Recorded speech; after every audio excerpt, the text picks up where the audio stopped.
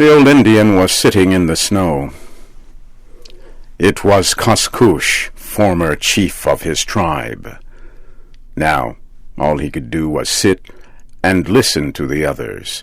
His eyes were old. He could not see, but his ears were wide open to every sound. Aha!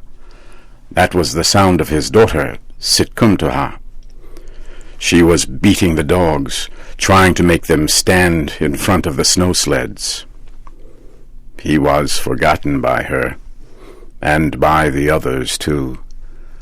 They had to look for new hunting grounds.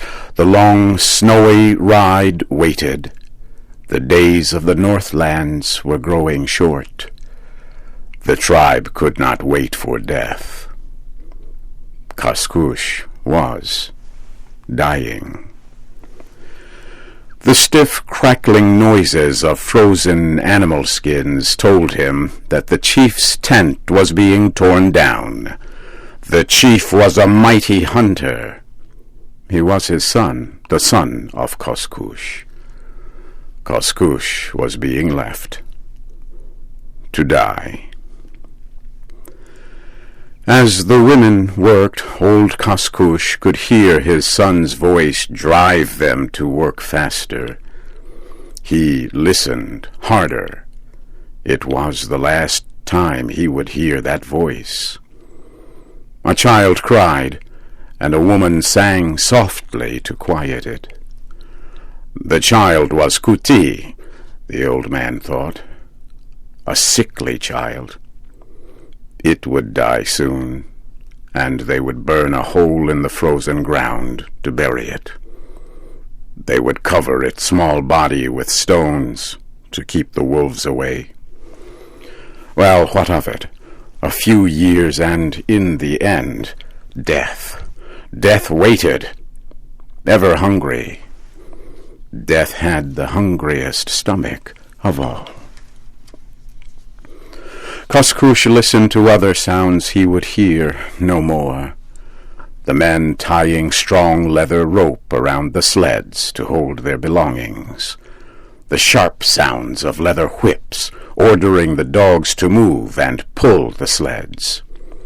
Listen to the dogs cry how they hated the work. They were off.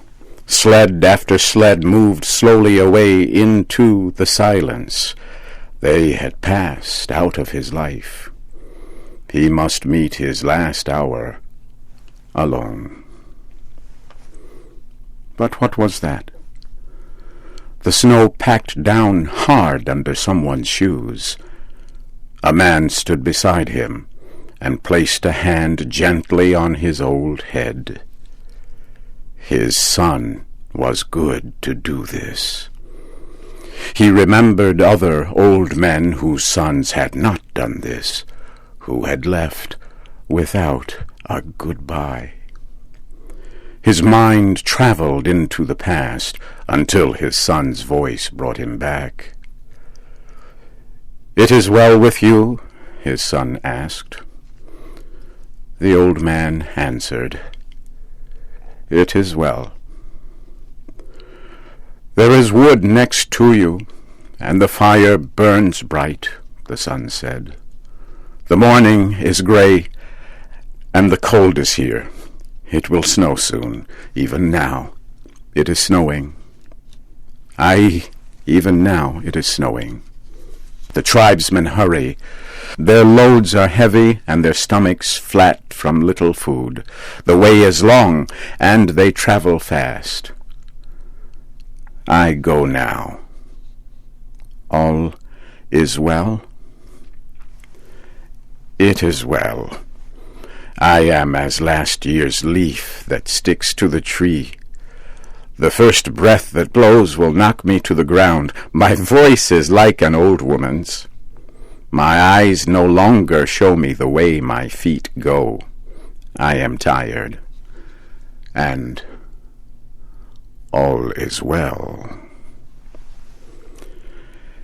He lowered his head to his chest and listened to the snow as his son rode away.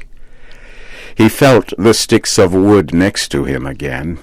One by one, the fire would eat them, and step by step, death would cover him.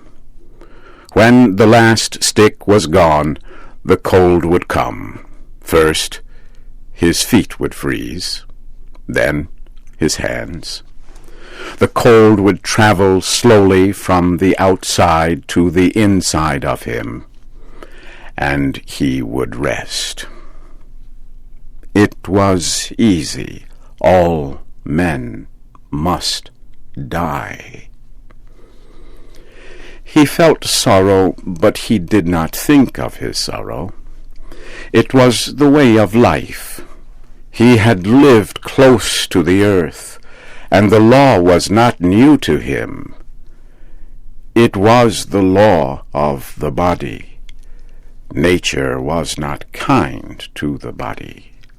She was not thoughtful of the person alone. She was interested only in the group, the race, the species.